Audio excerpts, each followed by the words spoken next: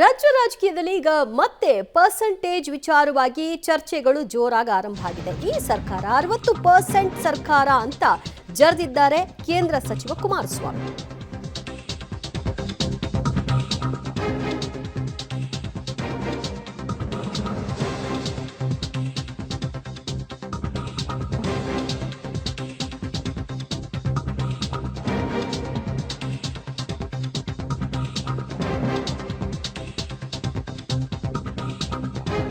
ರಾಜ್ಯ ರಾಜಕೀಯದಲ್ಲಿ ಮತ್ತೆ ಪರ್ಸೆಂಟೇಜ್ ಸದ್ದು ಮಾಡ್ತಾ ಇದೆ.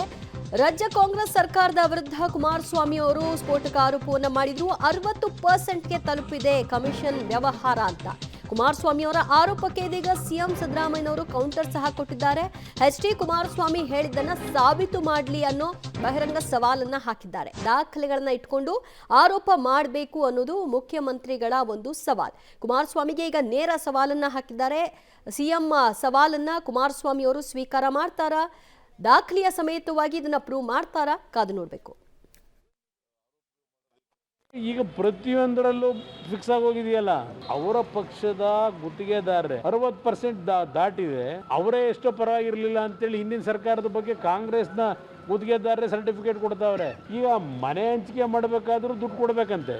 ಈಗ ವಿಧಾನಸೌಧದಲ್ಲೇ ಶುರು ಆಗೋಯ್ತು. ಈಗ ಮಂತ್ರಿಗಳಿಗೆ ಕೊಟ್ಟು ಮನೆ ರಿಲೀಸ್ ಮಾಡಿಸ್ಕೋಬೇಕು. ಇನ್ನು ಹಲವಾರು ಇಲಾಖೆನಲ್ಲಿ ದುಡ್ಡು ತರಬೇಕಾದ್ರೆ ಮೊದಲು ಪರ್ಸೆಂಟೇಜು ಮಂತ್ರಿ ಕೊಟ್ಟು ಆಮೇಲೆ ದುಡ್ಡು ರಿಲೀಸ್ ಆಗಬೇಕು. ಪ್ರತಿ ಇಲಾಖೆಯಲ್ಲಿ ಫಿಕ್ಸ್ ಮಾಡ್ಕೊಂಡಿದ್ದೀರಿ. ಜಗಜ್ಜಾಹಿರ ಇದು. ಮಾನ ಮರ್ಯಾದೆ ಇದೆ ಅವರಿಗೆ. ದುಡ್ಡು ತಿನ್ನಕ್ಕೂ ಒಂದು ಇತಿಮಿತಿ ಬೇಡ.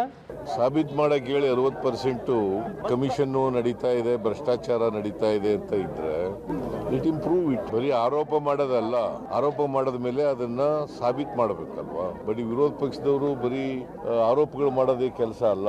ಆರೋಪಗಳನ್ನು ಮಾಡಿದ ಮೇಲೆ ಆರೋಪಗಳನ್ನು ಸಾಬೀತು ಮಾಡ್ತಕ್ಕಂಥ ಕೆಲಸನೂ ಕೂಡ ಮಾಡಬೇಕು.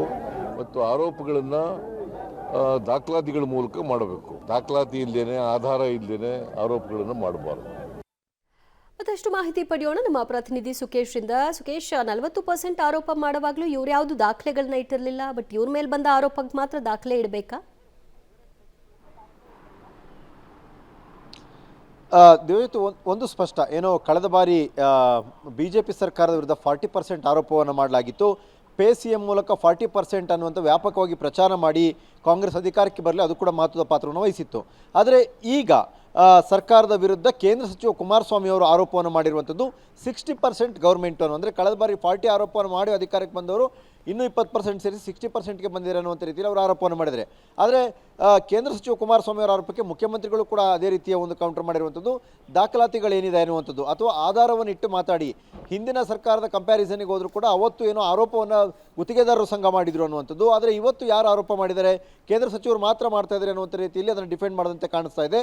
ಹಾಗಾಗಿ 60% ಆರೋಪಕ್ಕೆ ಒಂದು ಆಧಾರವ ಇರಲಿ ಅಥವಾ ಆಧಾರವನ್ನು ಕೊಟ್ಟು ದಾಖಲೆಗಳನ್ನು ಕೊಟ್ಟು ಕೇಂದ್ರ ಸಚಿವರು ಮಾತಾಡಲಿ ಅನ್ನುವಂಥ ಕೌಂಟರ್ ಮಾಡಿದ್ದಾರೆ.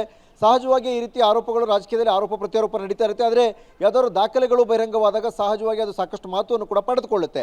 ಹಾಗಾಗಿ ಇದು ಸದ್ಯಕ್ಕೆ ಇದೊಂದು ಪೊಲಿಟಿಕಲ್ ವಾರ್ ರೀತಿಯಲ್ಲಿ ಆರೋಪ ಪ್ರತ್ಯಾರೋಪಗಳು ಕಾಣುವಂತೆ ಕಾಣಿಸ್ತಾ ಇದೆ. ದಿವ್ಯಜ್ಯೋತಿ, ಥ್ಯಾಂಕ್ ಯು ಸುಕೇಶ್ ನಿಮ್ಮೆಲ್ಲ ಮಾಹಿತಿಗೆ.